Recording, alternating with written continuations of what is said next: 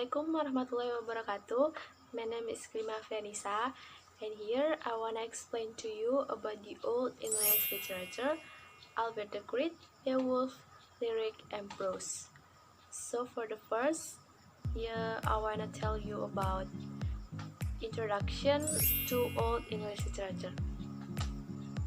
So guys, the Old English literature, also called Anglo-Saxon, the term comes from two Germanic tribes, Angles and Saxony, and it's first discovered from region, but now people know it as England. Much Old English verse in the extant manuscript is probably adapted from the earlier Germanic war poems from the continent. When such literature was brought to England, it was still being handed down orally from one generation to another, and constant presence of alliterative verse or consonant rhyme helped the Anglo-Saxon people to remember it. So guys, according to British traditions, the English from the continent came first as mercenaries to help in the defense against the Picts and Scots, but soon they began to settle in the country, and archaeological evidence shows that gradually permanent settlement had been made in the last quarter of the 5th century, if not before. In the course of time, they gained possession of all the land from the English Channel to the 5th or 4th to the greater or lesser degree. Of a related character or charms, so of which there survive in Anglo-Saxon manuscript about 100 examples, in Latin, English, and gibberish. A dozen are wholly or partly in a semi-metrical form, and some contain letters of the Greek and runic alphabet. Okay guys, for the next I will explain to you about literary feature of the period. The first one is pagan origin. So guys, many of the poems of the period appear to have in them features which are associated with the pagan past, in particular with Shith and Beowulf. Though the Christian elements in the letter are no longer looked upon, as was the case among the earlier scholars, as clumsy addition. It appeared likely therefore that the earlier poems or themes have their origin in the continental home of English people. Such themes were the common property of the gleemen or scarps who sang them at the feast of the nobles. As time when Christian ideas influenced the earlier pagan and through the phraseology remains, it is impossible to reverse to any of the extant poetry as pagan.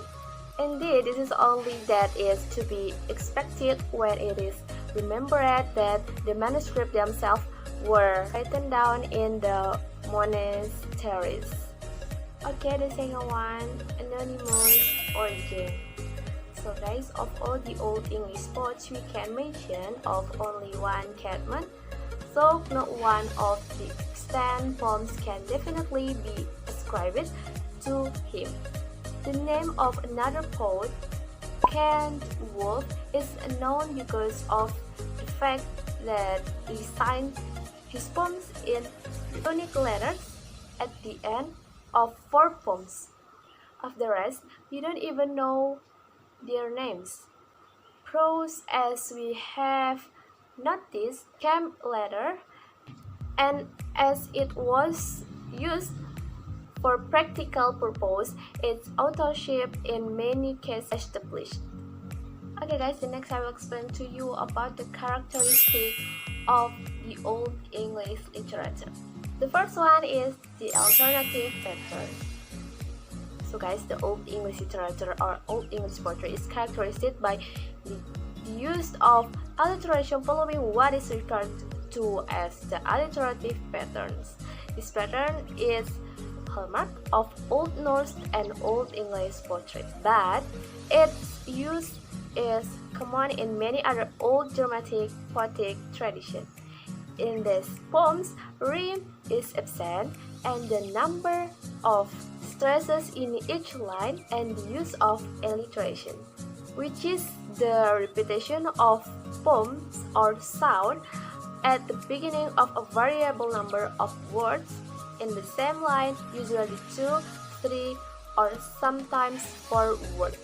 In these types of poetry, there are no stanzas either.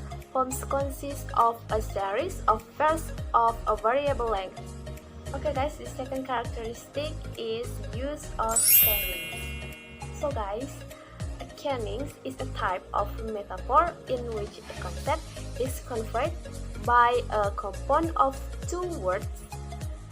Canning and formulaic epithets are figures of speech very typical of both Old Norse and Old English poetry.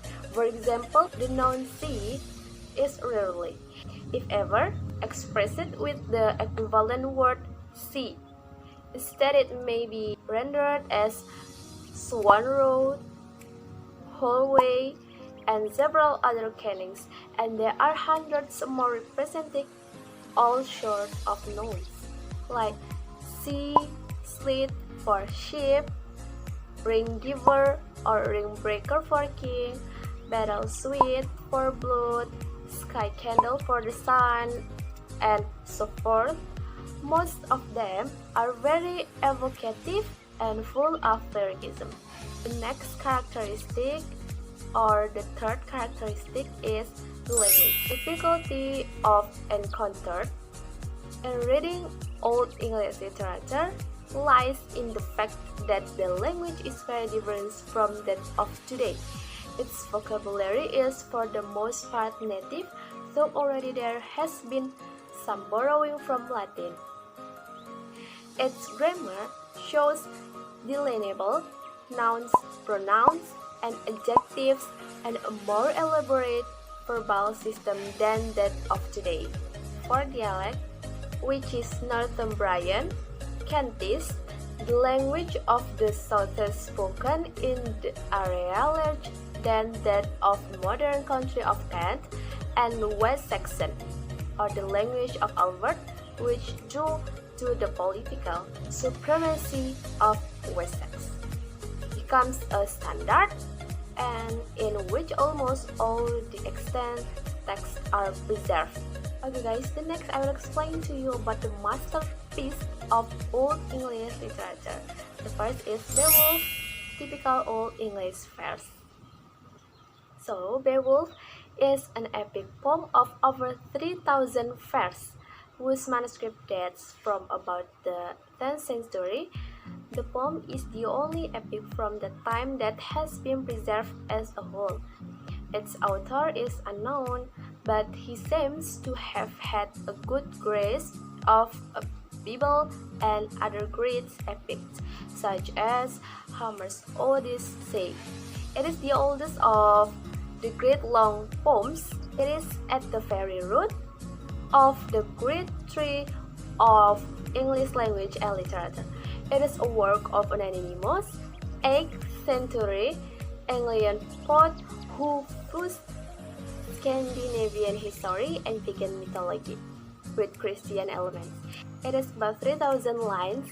Beowulf himself is a king and has to fight a fire-breathing dragon.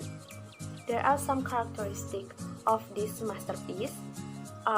The first is origin of the poem. The theme of the poem is continental geography, and it's likely that it was the subject of lays long before its present version was composed.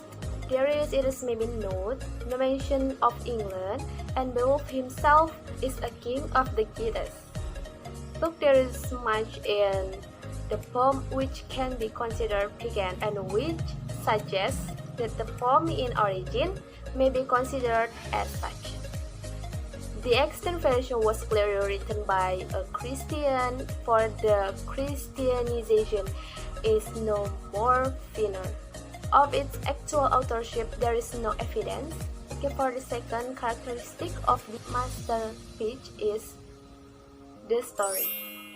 There are so many episodes and digressions in the story of Beowulf that is almost impossible briefly to give an educated synopsis of the narrative. That's all about Beowulf.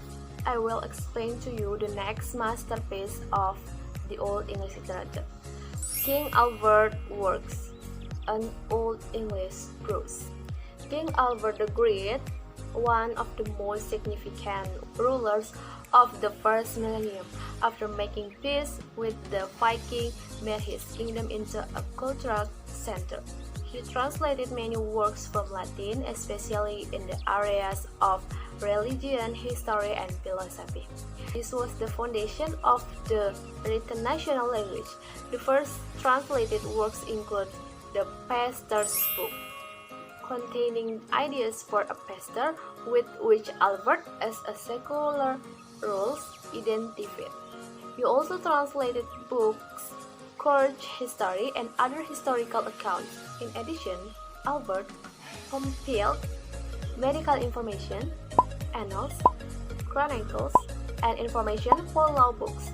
Okay guys, that's all about the Old English literature Alfred the King, Beowulf, lyric and prose by me. I say thank you for your attention, and don't forget to like, subscribe, and share with your friends. For the last, I say Assalamualaikum warahmatullahi wabarakatuh. Thank you.